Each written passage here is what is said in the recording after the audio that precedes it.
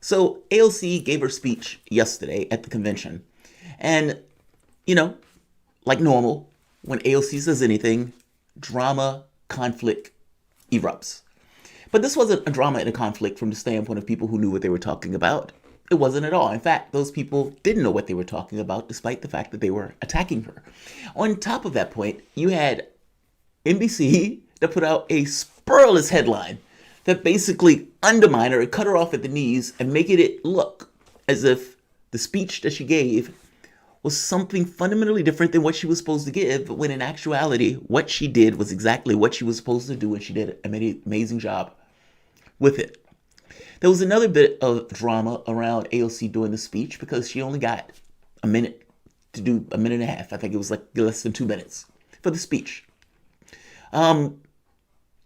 If you're running in a political campaign and your objective is just to win, my highest priority is to win, and you are running and you have a person who was calling themselves a socialist and was able to get massive amounts of support, not just in 2020, but also in 2016. So much so that it took the collapse of everybody who was on that stage in the party to coalesce into one in order to pop him down, with the bonus of having Elizabeth Warren stab him in the knees to make that much easier for Joe Biden to get over the finish line. I'm making the point that a large majority of your party, not just party, country, agrees with a certain set of policy priorities. Now, in agreeing with that certain set of policy priorities, the party echelon, the elites of that party, the oligarchs who put money in their G-strings and send them out there to parrot X or to parrot Y, those people don't. For ideological reasons, but also for reasons of self-interest, meaning whether it's the health insurance industry, whether it's the oil and gas, whether it's whatever. Those things that the American public may agree with, you have a wealth of the nation who pays for these politicians to be out there to disagree with. But regardless of that, the reality is that this person pushing these policies that you were calling radical won on all of the policy arguments. Meaning you can't say that this is extreme when the majority of the public backs it. If 88% of Democrats back Medicare for all, if 70% of the entirety of the public back Medicare for all, how are you saying that this policy is extreme? And if I can show you policy after policy after policy that the person agreed with and that the public says, yes, this is what we want, then you can't call it extreme. And yet the media will get out there and do it all the time. They call it radical. They will even put Republicans on stage to attack those lefties. And let those battered wife lefties stay there, take it. They figure they have nowhere else to go. Shane asked me earlier today, what's up with AOC? Because his thing was like, why is there so much publicity around her? And I was making the point that she won at like 29, a race of a man that had been there for like 30 years. Nobody expected her to win, which means she got a huge upswish of attention all at once. She's personable. She knows her stuff from this political standpoint, even though she's still growing in her understanding of that stuff. And she holds her shape, and she's willing to say, this is what I'm for, and hold her shape, whether or not these people are for it or not. And what you found out was that after Sanders ran in 2016, a lot of policies that Democrats said was, no way the public would agree with it. Poll after poll after poll. Oh my God, apparently the public does agree with this. And you break through. Meaning stuff that was off the table from the standpoint of the Overton window gets added just by virtue of her being willing to say it, stand by it, and force them to engage her on the argument and on the point. It's not that she's perfect. It's not that everything that she says is gold or, for that matter, even a good idea. It's more so that she has a personality, she's attractive, she has policy proposals, she holds her shape, all those things factor into her being somewhat of a firebrand. Not to mention, right-wingers have some fascination with her, which also to some degree gives a certain degree of credibility in the process. In doing all of that, it makes her a point of reference. Now, from the standpoint of people who are on the left, and for the lefties, I think we look at her on the left as being a new energy into the party. And as such, being a new energy into the party, If indeed, when Joe Biden goes out and says, progressives, I need you, when he says that, well, this is a negotiation. If you want to get across to me, to all of these lefties, misbegotten, battered wives, who basically is going to vote for you just because they're voting for you. But if you want to show some level of, yes, okay, I'm concerned about you guys, I'm going to throw you a bone, having her to speak in a slot would have been a way of doing that. Instead, you had a litany of Republicans. You had Bill Clinton, which is just creepy after all of the Epstein stuff comes out. Hillary Clinton. You had all of these people who basically nobody really cared that much about. And when you ask the party, who do you want to speak? They say AOC. You didn't care. Just like you didn't care about the 88% people backing Medicare for all, or the majority of the people backing the elimination of student debt. You don't care about these things because you don't have to care about those things. Because you can basically say, you have nowhere else to go. Go vote for the other guy. And you would brazenly stand there knowing that that person is going to acquiesce and do it. AOC gets on to put and introduce Bernie Sanders. It's a procedural thing. That's all it was. She gets a less than 2 minute speech. I'm going to show you the speech. It was actually quite good. And she was immediately, despite the fact that in real terms, she should have honestly gotten a full speech. And it is unconscionable to let John Kasich to take a swipe at her at the Democratic National Committee or conference. Understand, whatever you want to think of her, she is a Democrat. And as a Democrat, you allowed a Republican to go to your convention and take a swipe at an aspect of the party. If you're looking for a way to demean and show how little regard and concern that you have for the left, congratulations, you've done it. I've done a fuller analysis of the reasons why the campaign and candidate thing was set up in the way that it was set up. I don't necessarily want to go entirely through it again. But basically, there are two main reasons and objectives. Joe Biden is just looking for balance. He's not looking to do anything provocative. He doesn't want to be extravagant or do anything where he can put himself out there where you can't predict the outcome. He wants to be a nothing. He wants to subtract himself from the equation and allow Donald Trump to drown on the vine. So if Donald Trump is going to say that he's going to defund the police, he gets a little cop as the running mate. If Donald Trump is going to say, well, he's going to run the radical left, then he has a litany of Republicans lining up, taking swipes at that left. It's a betrayal of anything from the standpoint of a party that has these two sides that kind of work together. No, this was a very clear, intentional, overt picture of how minimal the left is regarded in regards to the Democratic Party. And that's motivated by 40 years of always acquiescing and not necessarily being willing to stand and fight for anything. Basically, docility has allowed this level of point of view where Joe Biden can, yes, rub his balls across the face of each and every lefty, and TYT will still say, vote for that guy. That's the guy we're pushing for. The other part to that you need to understand also is that them creeping in the darkness for Republicans is in part to get rid of you.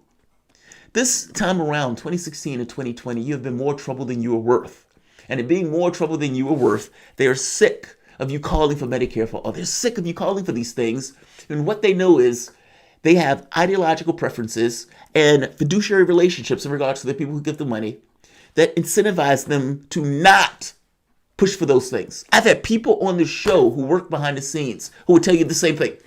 Not to push for those things. You can say it, you can talk it in a particular way, but you will never, under any circumstances, actually push for those items. They're sick of you bitching about that. If they can get a percentage of Republicans, these Reagan Democrats of sorts, to come over because they're sick of Trump, and basically you found a home in the Democratic Party of what the Republican Party was, 10 years ago. So look, it's not, we're friendly to you. If you can make that, you can make that work. Then the notion of you requiring and needing lefties and needing this argument of you have nowhere else to go and hoping that that argument works for the large predominant amount of lefties, for the most part it does. But now you can add this extra bonus of, and we have these Republicans to offset you. So not only do you have nowhere else to go, you are isolated, pacified, and we do not have to listen to you that much more fervently so. Not to mention, within the context of who's giving them money and whatnot, that ideology is more in line with theirs anyway. I'm just making the basic point that that conference, that convention, is there to signal both of those things. One, the more subordinate, but the first one, definitely so. And AOC did this anyway. I just felt like this was a slap in the face, that's all. Having all of these people march and parade around the stage. Whatever you want to think of Sanders, whatever you want to think of AOC, they are an avatar. Millions of Democrats, millions. You're talking about like 30-something% of the party itself. The overwhelming majority of the party agree with them, not the other people who were bitching about them.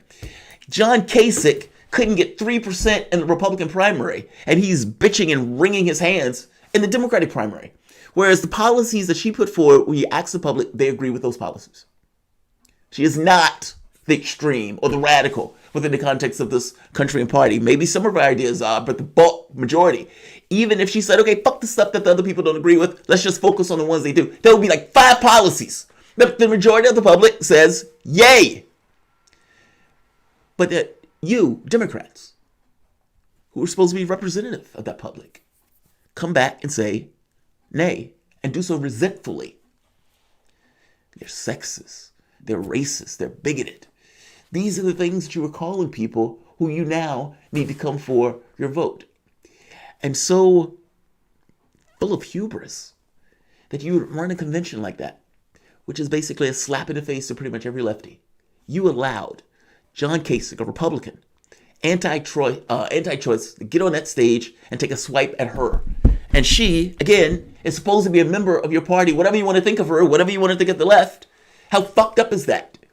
And look, maybe you make your point to the Republicans that say, yeah, maybe he's right. John Kasich is not going to go, Joe Biden is not going to go to the left. He's already said nothing is going to change to his donors in Wall Street. He picked the choice of Kamala Harris, who they are thrilled and enthused about. Meaning the people of wealth and means are ecstatic about Joe Biden. Nobody else is. However, you get the terror of Donald Trump, which allows 70% of these people to actually vote for Joe Biden.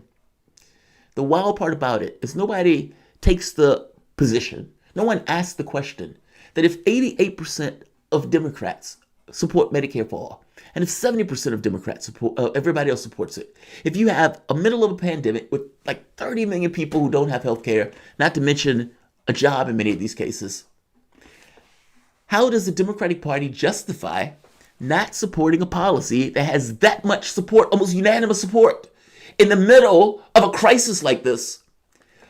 If it would organically bring the party together and increase the enthusiasm in the election, if that means beating a man who they have breathlessly told us was the walking apocalypse, and if they're willing to basically let the country go and tank it for Trump just because they're going to be so rigid and partisan and purist in regards to their not wanting to accept the policy that the majority of the public in this country supports, then maybe that means something.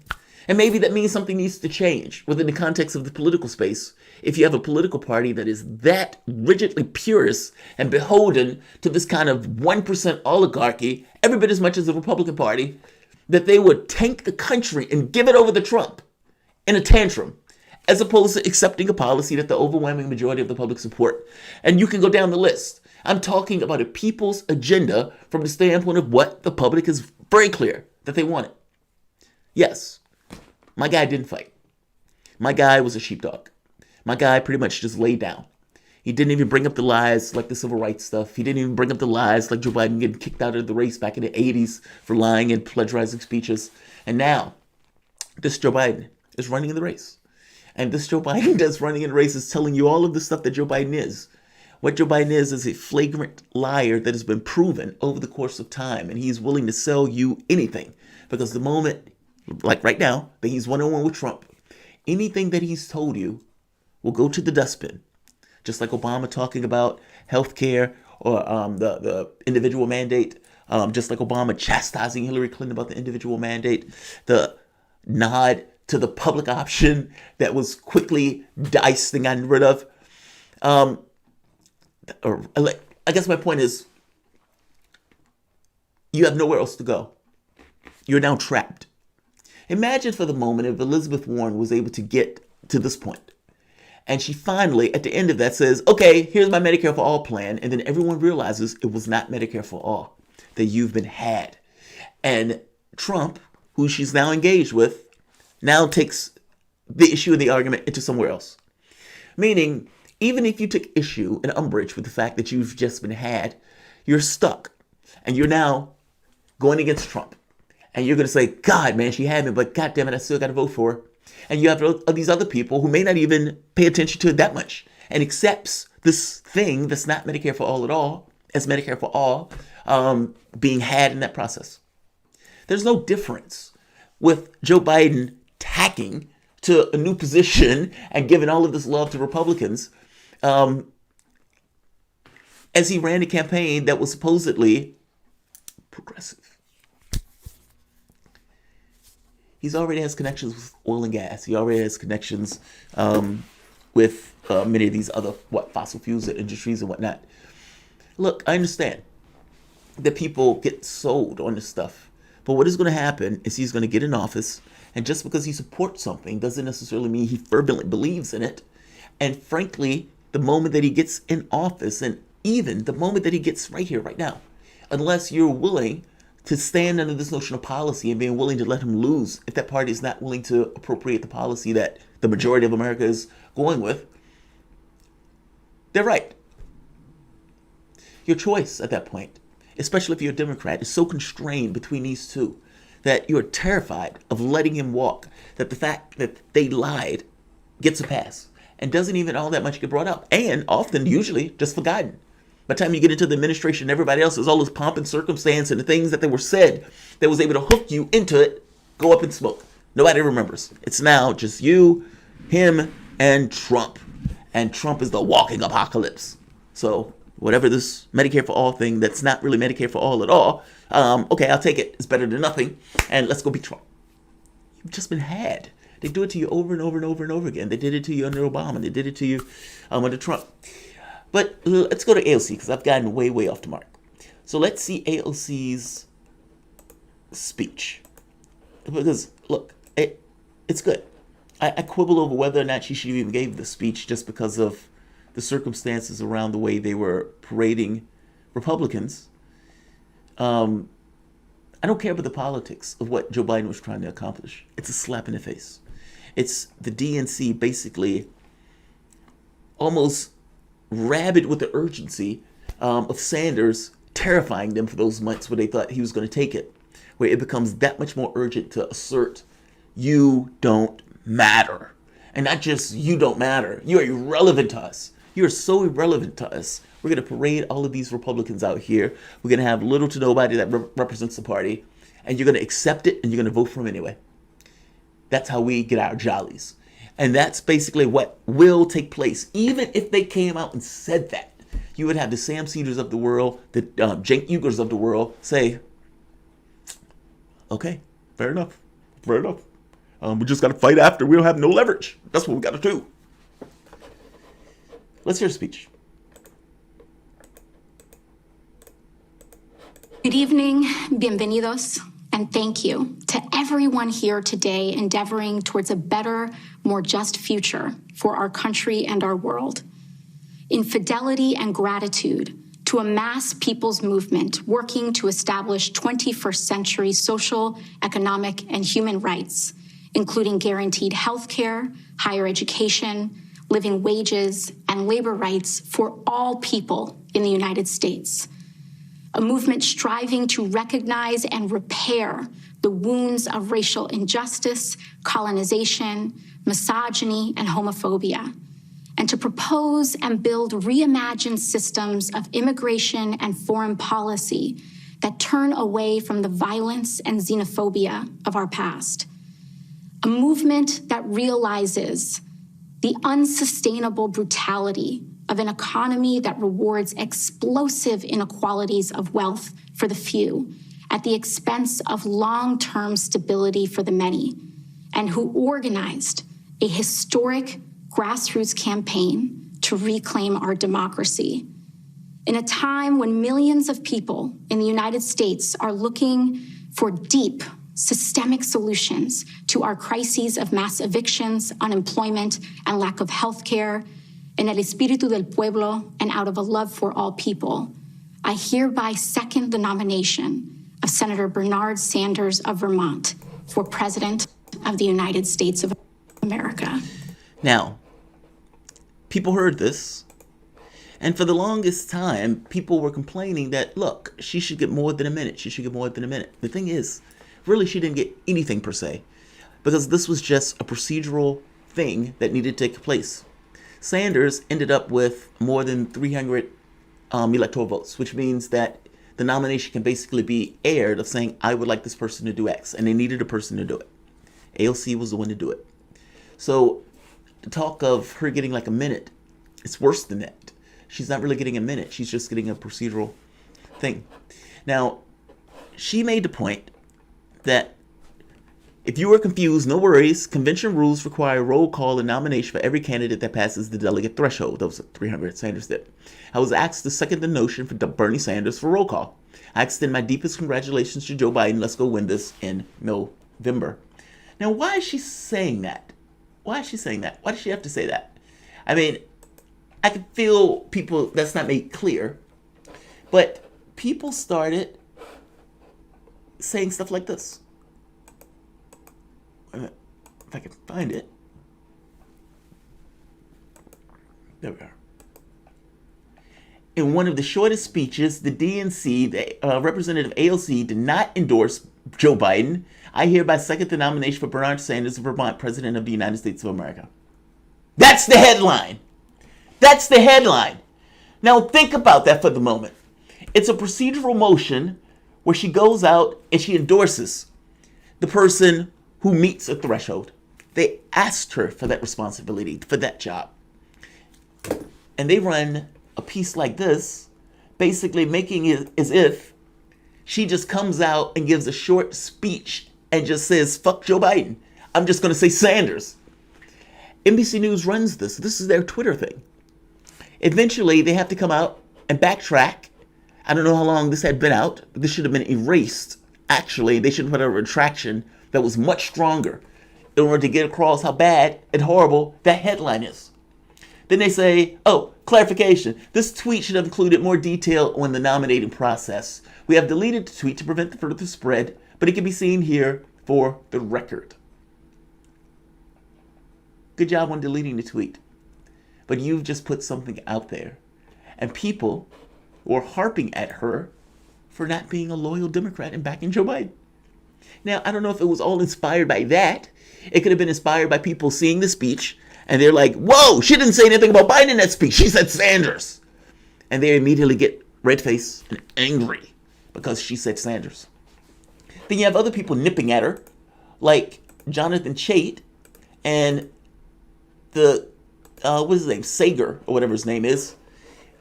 Chait says this: I don't think this rhetoric for AOC is for quote-unquote millennials per se. I think it's the product of elite universities. This makes me think that you don't know millennials. Honestly, that's what that makes me think. Because for you to take a purview that her speech comes out that way. Let's listen to the speech. And I'm telling you this from my own personal experience. I have a niece. My wife's niece-in-law, whatever that is. I have a cousin, and I have people who are on this channel who tend to trend towards the young age. They are over the top, in my opinion, in many respects, let me just read this first, because it may make more sense if I just say what she said. She talked about a mass people movement working to establish the 21st century social, economic, and human rights. She called that movement to recognize and repair the wounds of racial justice, colonialization, misogyny, homophobia, and reimagine systems of immigration and foreign policy that turn away from the violence and xenophobia of our past. These lines that are standing fair on the millennial left, but would never get past a Biden speechwriter. They wouldn't get past a Biden speechwriter. But here's the thing. It is the millennial left that those come out of. If you've ever had conversations with kids, recently out of high school or a little bit older. And you get into some of these deeper conversations about why society is the way it is, what they kind of want in their society, and especially if they're politically active. Meaning you're talking to somebody from like Black Lives Matter, or you're talking to somebody who may not be a part of it, but is now feeling some way about it, where they would even wear the t-shirts like, yes, fuck Black Lives Matter, let's do some shit. That's a change in your society, and that's coming up from the ground level, where those people tend to be further to the left. And honestly, to the left on some of the social stuff in a way that I don't agree with. Like they will say, white people wearing dreads is social appropriation. And I'm like, get the fuck out of here. You can't tell somebody what they can do with their hair. And then get into the argument about it like, no, I should be able to tell that person what they should do with my hair. Or some of this other stuff that's coming out where these kids are like harassing restaurants, like a Cuban restaurant must have a black worker in a Cuban restaurant. Something crazy like that. But that's not coming from 40-year-olds. That's coming from fucking kids.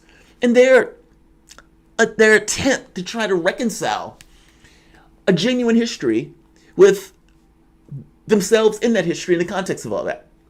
Meaning, if you were living in the 60s, the conversation about civil rights might come up, but the overwhelming majority of the population thought everything was fine on that front, because the people who were in power, it was fine for them. It wasn't fine for these other people who were kept in desperate straits, brought about things going all the way back to the time of slavery that were never reconciled, and was just kind of passed along until you got to the point of saying, well, we can't do anything about it now. It just took too much time. Well, those kids know that history to some degree. They have a perspective of it, whether the perspective is right or wrong. And how that perspective collides with this kind of political stuff, for me, more libertarian on the front of saying, yeah, fuck that, you can't tell people what they can do in that front. Or for somebody who might say, okay, well, maybe I understand that. I think those people are insane, but whatever. They are trying to reconcile the history of this country with the various people who are here now that are extensions from the horrible things this country has done.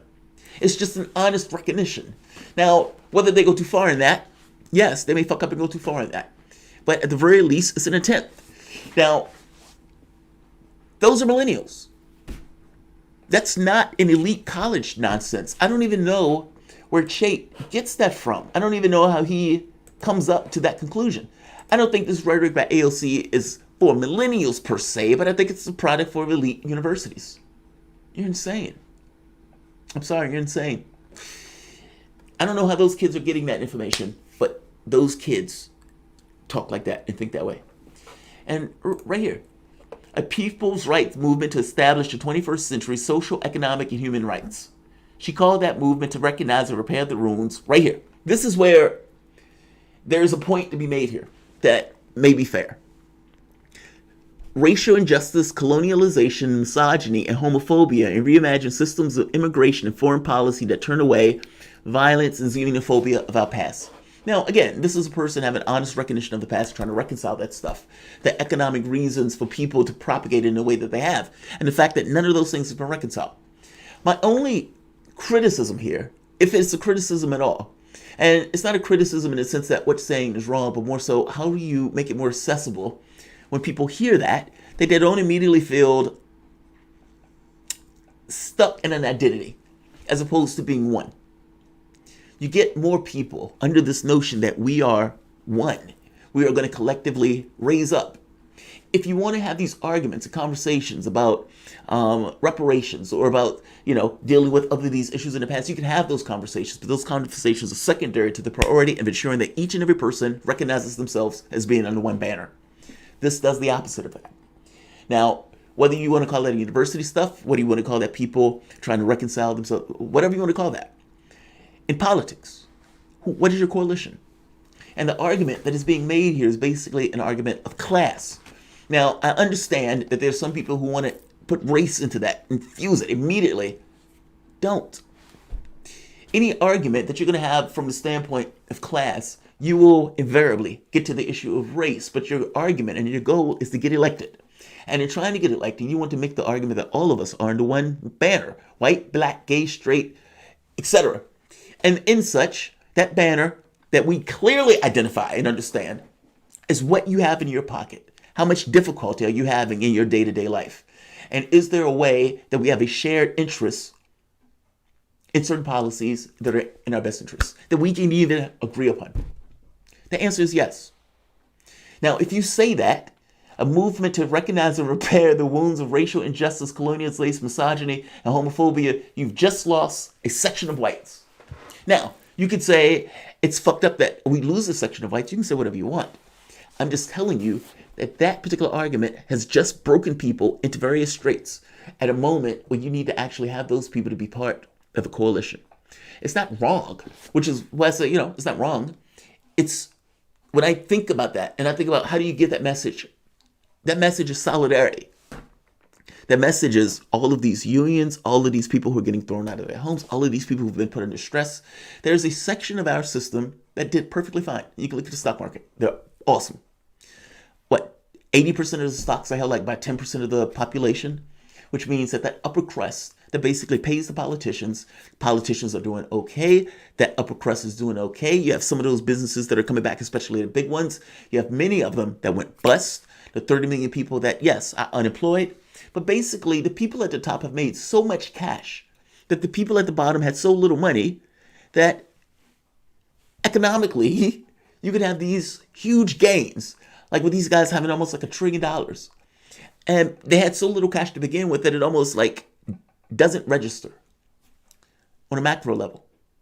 On a human catastrophe level, it registers magnificently so. And from the standpoint of the chaos and the shit that starts to get burned down, it matters magnificently so. Shouldn't hit her for that. I don't know. I just don't agree to hit her for that. That is how she frames the world. And so you're basically attacking her for framing the world in that way. There is nothing wrong with framing the world in that way. In fact, there's nothing wrong with framing the world in all sorts of ways. But if you are African American, my grandfather was Cherokee. My grandmother apparently has Native American on her side, but we don't necessarily know what that one is. As I grew up, I just identified as being black. As I got older, I had this kind of intellectual identification of sorts of, okay, I know that's there. When I went through my high school age, I went through this pro-black phase, this uber black phase, like fuck whitey phase, where it was all of these books and everything else where you were getting this kind of like perspective of like, God, is that what it was? It's that recollection of, oh my God, I can't believe they did that to us. And you have to like reconcile that. And sometimes it's like you're reconciling that in cases of like deep poverty where you realize all of the shit had been played out and planned before I even came into it. Meaning my decision space was narrowed by the virtue of my birth. Now, that's not an equal or even fair society per se. We should love our kids and want kids to grow up in the best way because those kids are going to have to grow up in a society and we don't want those kids broken. At least that's what you would think in a sane and rational society, but that's not necessarily the way this happened in the United States, especially in the context of the problem. What do we do with these darkies? And the honest answer should have been make them whole. You can't go back in time. Make them whole. And that's not what happened. If she's reconciling it, or if I'm trying to reconcile that, even from the standpoint of the Native American thing, it's like, God, man, that was a genocide. I mean, you basically wiped out one half of my family, and the other half did not necessarily feel that way either. And what does that mean for who I am now? Some people can say nothing, but that's not necessarily true. Because regardless of how you intellectually frame it, how you pull yourself away from it from a historical context, as if you kind of break it off, you're still stuck with being brought up, being raised in a society that has all certain things, that has a certain momentum that played their way out. Going all the way up to like the 80s, where these policies were still in place that just blocked blacks from even being in certain areas. Now, from a Hispanic point of view, which she is probably going to take, she will take my framing in more of an intellectual way or frame it in a way that she understands it herself, but she can apply it to her own situation. She's not wrong for that. These people who are pulling down statues, why are they pulling down the statues? Because they've become uber rational. that we have a society that has been putting up idols to killers and murderers. And we walk by with this revisionist history every day. It's like, this is okay. This is not okay. Legally, I understand it, but the legalities is not necessarily real. It's just what a power base is that can punish me for doing something. By the same token, there's a morality of sorts that cry out to take him down. And the society itself at that point can govern whether they say yay or nay or put it back up. And whether they even can nullify even going after the people saying, yeah, you're right. They shouldn't have been up there in the first place. Those are issues that your society is reconciling it. It's not that it's beautiful. It's not that it's, great. It just kind of is what it is, what it is. I don't have to like it or dislike it. It's, I would argue, this momentum from things that happened in the past as it tries to reconcile itself, especially as your society evolves to try to be more fair and more just, which is why I don't buy this elitist university nonsense. Many of the kids that I've met have taken a cadence like this, almost as if it's just coming out of them in some sense. Part of this is environmental. You've created a system where the majority of them are making $18,000 a year, which is basically a poverty wage. If they go to school, they may not have a job after they get out. The older generation has basically sullied up the cash and got the game rigged, and they recognize it.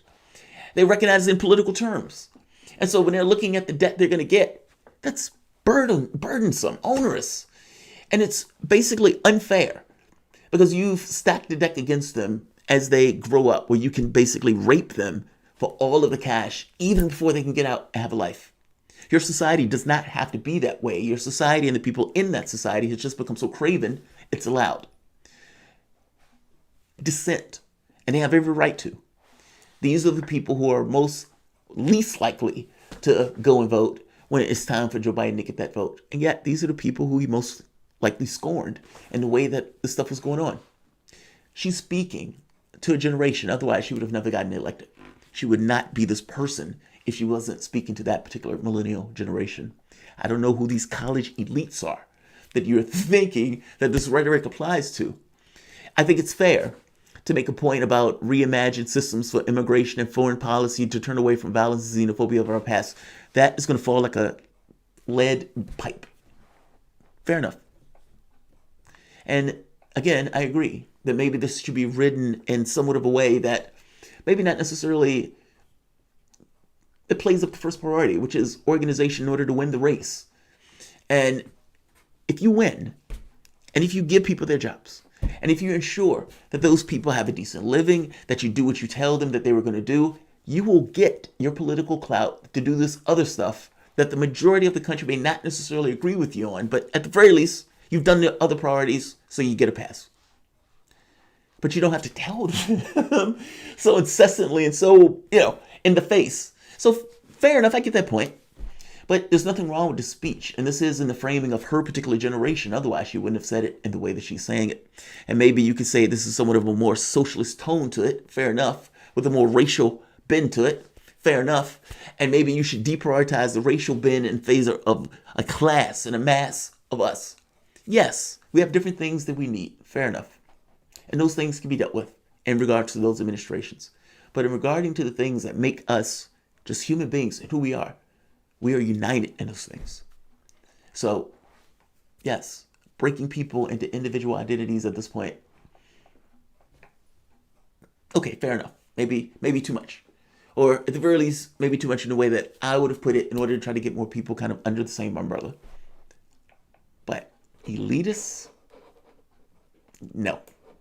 This is not elitist.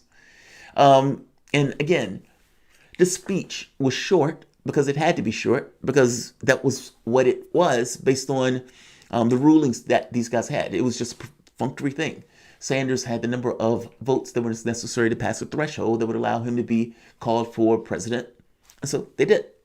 And she was the person who they chose. And whatever you want to think of that's more of a slap in the face, because that's not even really giving her the opportunity to kind of do her own thing when all of these Democrats, the majority of which wanted to see her, and so you put her in this kind of perfunctory role. Even that, look, it's been 40, 50 years. It's been clear at this point that the left has acquiesced and accepted its place as the battered wife of the political space and has accepted it has nowhere else to go. That's not true, of course. It's its own morality being inverted to attack it to get it to vote for whatever that random Democrat is. You got him. You've won in this argument that, or this test of whether or not you can get a group of people who want things politically, who have an ethics and an ethos, and even a conscience about the things that they want, that they know in their heads that you could have in the way that our society is even arranged because the resources and everything else are there for it. And that the party that they vote for, that is supposed to be on the left, that talks sweet to it, that licks its ear, but never lets them get it. Never lets them get it.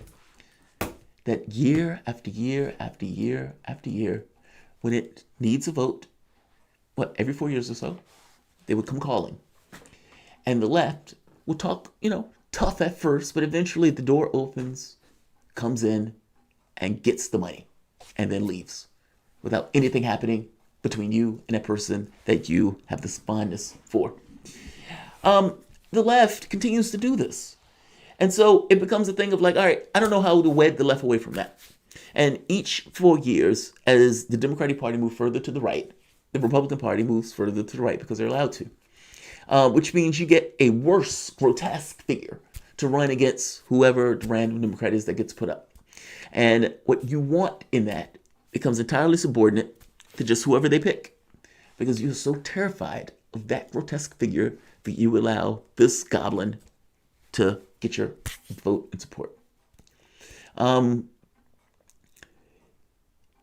You've proven that works. You've proven it. Now, if Joe Biden wins after everything else that has taken place, it just seems like this time around that they want to make sure that the left is put in its place. And, the Joe Biden ball lick requirement before you can vote for Joe Biden. And each and every one of them still take it in order to stop Trump. That's a sad place to be in. And honestly, that's the opposite of the way voting needs to work. Imagine for the moment if you had an ounce of courage. And what I mean by ounce of courage is not to necessarily look entirely at the world of all these monsters and all of these threats, but you look at it from the standpoint of, what do you want the world to be? Now, I understand that you're not going to be able to just push your political actors and everything else, but imagine for the moment if the people, the American public, who broadly on various issues agreed with you, made the choice to say, we will vote for people who agrees with these positions, or not vote for those people who don't. Now, if you start that today, your political party is going to test you and say, well, fine, we'll tank it. Nancy Pelosi has $100 million in the bank. That's not going to adversely affect her all that much. And they can cobble together the Democratic Party. Maybe they have issues like another interregnum where they need to put all of the money and cash and everything else in order to hold back control. But they will look at that, especially with the rigging that's going on now, as preferable to allowing you to win. Meaning the fact that the American public has a broad list of demands that it wants, a people's platform. I don't care if you're a Republican, I don't care if you're a Democrat, if you're independent, if you're just saying, look, broadly, what do you want? And all of these people will come up when you take the pollings, they will say, okay, we want these items. And it's to the left. The problem is that the people who are in power don't have those concerns. And because they don't have those concerns, they have different wants from the political space. And those wants often go into ensuring that they can collect more.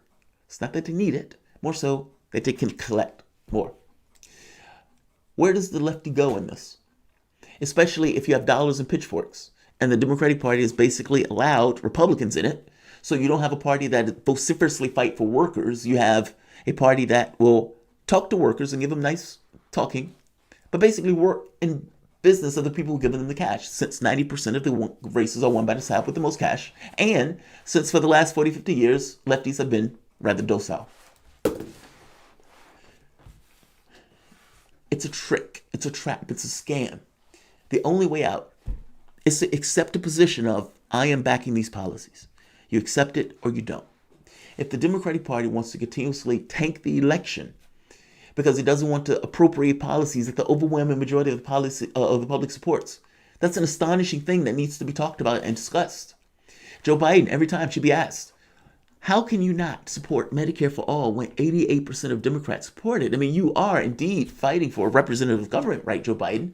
I mean, how do you ignore this policy at this particular moment in time? Democrats always talk about ensuring everybody gets health care. How do you ignore this?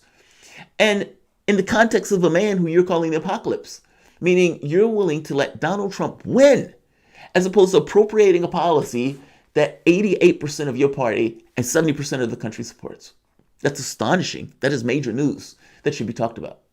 It will not be talked about because those are not the concerns of people in the news or in politics, and both of those things are linked. Look, I like AOC. I'm gonna have a video going after her, a video giving her props for it. But all things being equal, I think she's a person who's just growing like anybody else. Whether she should have done this or not, who knows? Yay, nay, probably doesn't matter. I think the feelings that come about that is that there are a lot of battered wife lefties that still work with the party and think they're going to get something out of it. And if you can't get Medicare for all over the finish line with 88% support, I don't know what that will be in any real substantial way. You have lost all leverage in this now that Joe Biden has been nominated. And the new Joe Biden that you will see, you've already got a taste of it with all these Republicans and everything else. You have nothing to leverage. You have nothing at your disposal. You have no fortitude to put up the fact that we will let you lose if you backtrack or don't accept X and Y. Because that fortitude is not there. By the way, a fortitude that the Democratic Party had in the 2020 race when each of them said, we will rip this thing out of Sanders' hands if Sanders had more votes. All of them knowing they would lose. But again, they will test you on that because they are perfectly okay with their $100 million. You, however, struggle. And the difficulties that they are putting you on, the plagues of sorts of having the Republicans run, is again the test to allow them to come back and say, now, hey, are you finished being pummeled by the Republicans that you would accept our apathy and let us just slowly drain you of your wealth? And eventually, lefties say, okay, yes. Okay, yes, we'll take it. We'll take it. I don't know. I get annoyed by that because that seems to be the policy position. And then you have these other people out there as opposed to people saying, look, take it or leave it. You fail or you accept our vote. I would wager to you that if nothing else, it's not getting the money that's more important to the politician. It's getting elected. The money is a pathway to getting elected, after which point you may get certain ideas of the world and ideologies that love that cash, but you also want to get elected, but both of those things kind of run in tandem. You have dollars or pitchforks. And if they actually need votes to get elected, maybe you shouldn't give them your votes. If there's issues with the voting where it needs to be more transparent, maybe that needs to be a focus. But it can't be a piecemeal thing. It really does need to be people kind of in tandem, which is why I say it can't be party. It has to be policy. Because policy allows you enough leeway that you have people from all across the political spectrum that may not agree with a bunch of other stuff, but may say, you know what, I had a kid that was sick. Yes, I want to do this. Yes, I had a kid that had to go to school and $50,000 to $80,000 of debt on their backs. They can't even get married. So yeah, fine. And they may consider themselves Republicans. You can do that if people work as a collective that disassociates themselves from the party process and associates themselves with the actual policies that are in line with the American agenda. Pick 5. I don't even care which 5. I do care. Medicare for all is my litmus test, even if people picked another 5. But be that spearhead and say, this is what we want. Accept it. Take it or leave it. If you, to the tune of millions, did that, you will get your Medicare for all. Short of that, you will not. Joe Biden has already said he'd veto it. So I'll leave this here. I mean, this video has gone monstrously long. I think I'm bothered by the convention. I think that's what's going on. The convention is aggravating the shit out of me, and because it's aggravating the shit out of me, it's kind of putting me into this weird loop of thought. Xavier Foster, they will never see victory. Oh, they will never see victory again Sorry, typo. Well, I think they got terrified. That's what I honestly think. I think when Sanders had got to the point where it looked like, oh my God, he's going to run away with it. And they understood that if Sanders takes this nomination and one, we rip it away from him, we are going to lose. That's the first point. That was acceptable, by the way, because each one of them basically said it. The second point is he will change this party for a generation. We will have to help him to lose if he is going with it. But if we can't, he will change the party for a generation. What is a Democrat if you have Bernie Sanders there as the standard bearer? They become redundant. Not just redundant, the orientation of the political space in and of itself changes. As Sanders makes one argument after the next, you have some people in some areas that fall and some people in other areas that grow. But as your political process grows, you have a lot of people who he is pushing hard for those particular aims that those Democrats never said they would do. But now you have all of these people who never left the campaign trail in their yards with signs. Do the public's agenda. That's a fundamentally different race. Even now, with Joe Biden and the way he's running the race, he's an invisible man. Sanders would have never ran the race in those terms. I think he might be tired, yes. But an affirmative case about not only that Trump failed, but beyond that, what you want to do and how you want to shape America. And this is my vision for this particular country. And God damn it, we're going to do it. And you have a motivated, energized group of people. African Americans would have voted for Sanders to the same degree they would have voted for Biden. So there's that. Trump, this quagmire, may not be going anywhere. But if it does go somewhere, it is nice to have somebody who can actually go after him in real terms as opposed to a guy who's living in his basement. I don't know. It's painful to watch this. It's painful to see how phony this is. And, then even AOC, who gets a minute and a half, somebody who's largely considered a person like a lefties in the future, just given a menial position in this, almost as if to just nail down, this is how little you mean to us. And I really, honest to God, hope that the public recognizes as such and do something different. You're attending the People's Party conference on the 30th,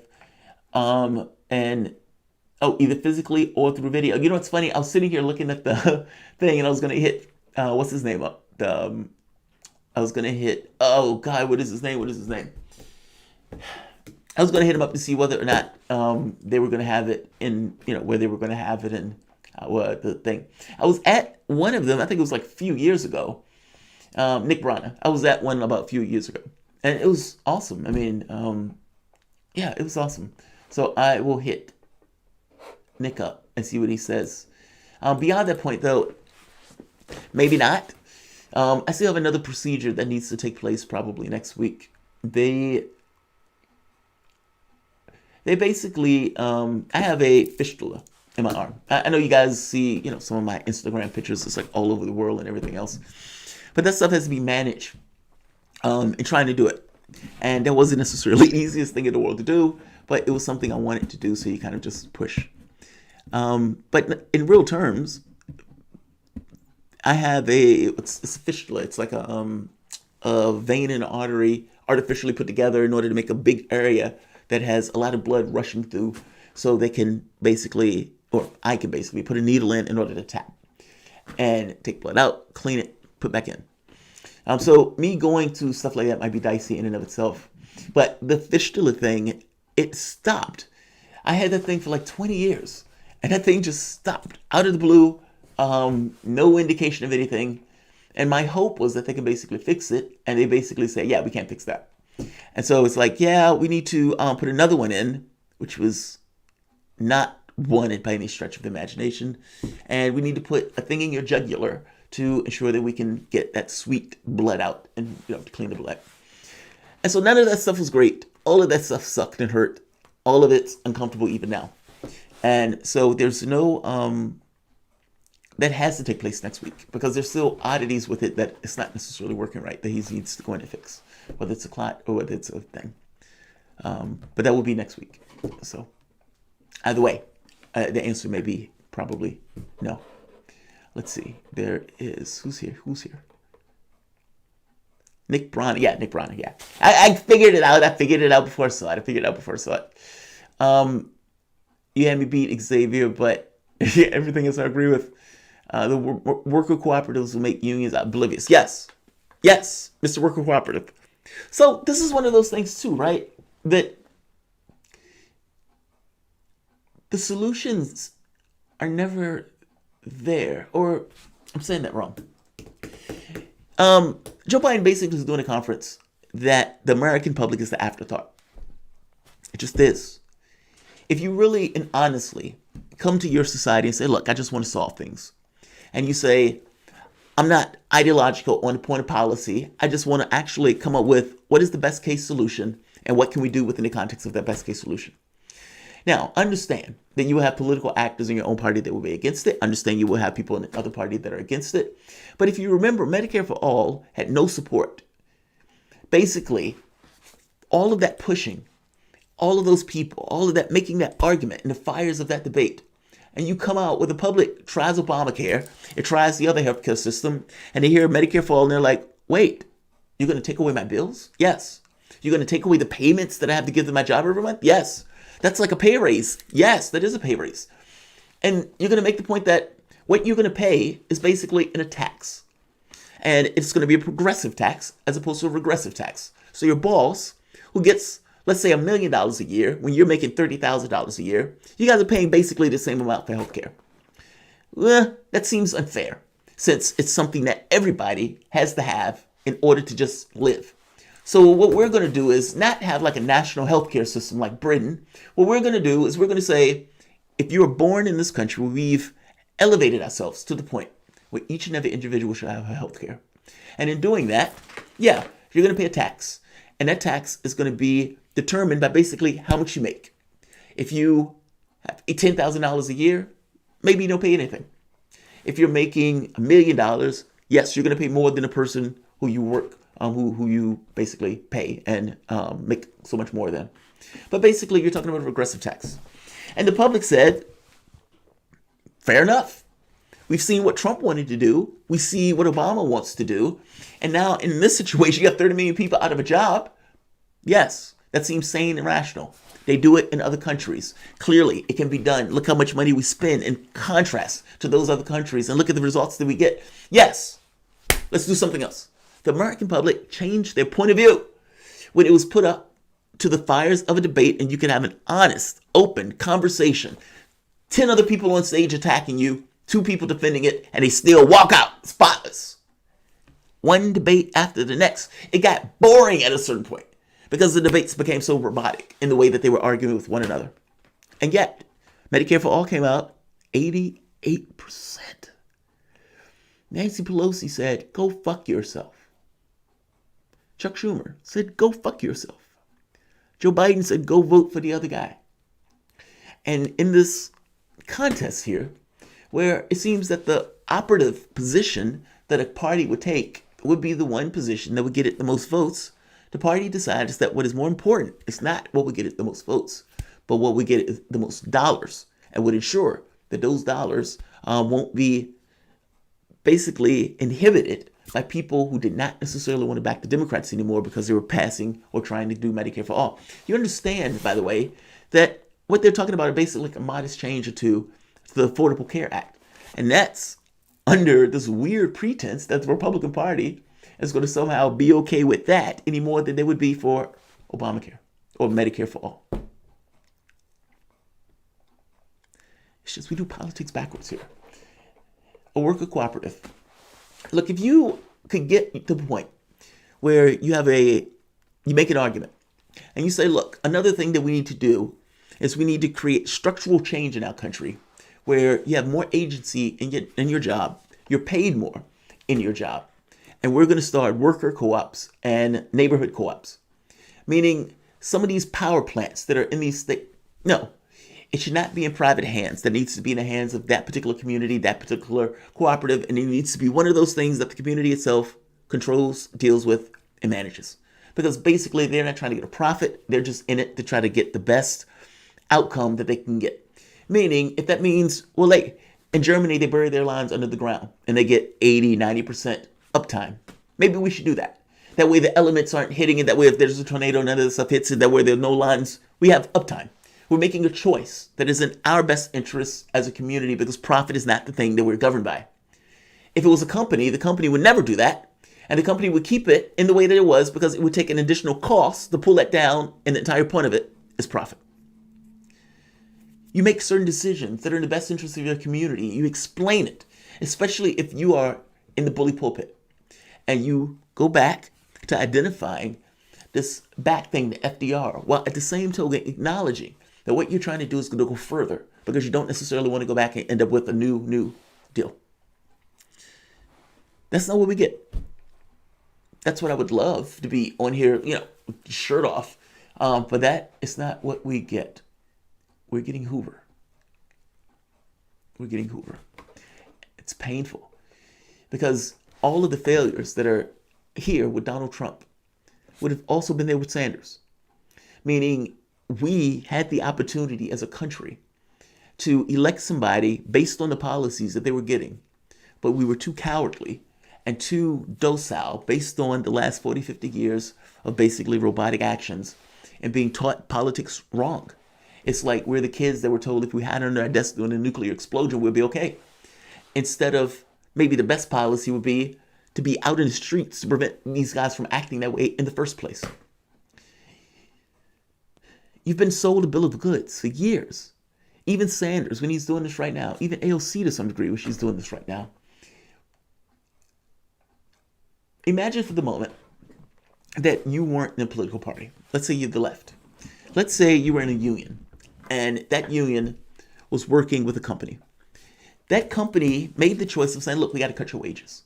And we're like, wait a minute, you guys are doing fucking phenomenal. How are you going to cut our wages? We just got to do it, man. We all got to tighten the belt. We got to tighten the belt. And all of you are realizing that not only are they cutting your wages, your insurance is going to go up. This other thing is going to go up. And they're saying, we don't have a choice, man. We got to do it. COVID-19, man, is rough. Now, what do you do? If you're an individual that's working in that company, you're either going to leave the company or you got to grin and bear it because you don't have a choice because that's your job. That's the way you're going to eat. Meaning you just have to eat crow. If you are in a union, however, all of you can sit there and you can say, this is some bullshit and this is unacceptable. We are intrinsically necessary for this company to make any profit, which is why I like worker co-ops, because I think what's the point of a CEO-owned company if it takes all of these employees to actually make that company work? Meaning that Jeff Bezos can get $1 billion from a bank to start a company, and he will sit in a room with his thumb in his ass, not making a dime. Why? Because at the end of the day, you need people to buy your products or build your products.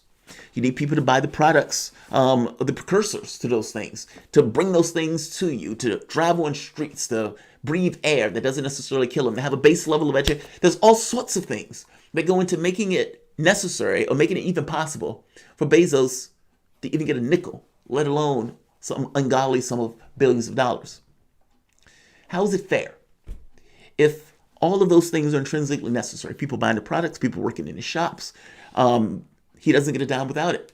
How is it fair that that much wealth gets expropriated to the top if all of those people are intrinsically necessary to make the thing that he's making? Those employees are being screwed over, basically. The wealth that they are all collectively creating is being expropriated to the top. And this is in contrast to a worker co-op or a public co-op where you have basically the people who are in that company making decisions for that company. And the decisions that they make, more likely than not, democratically, are for the best interest of the company.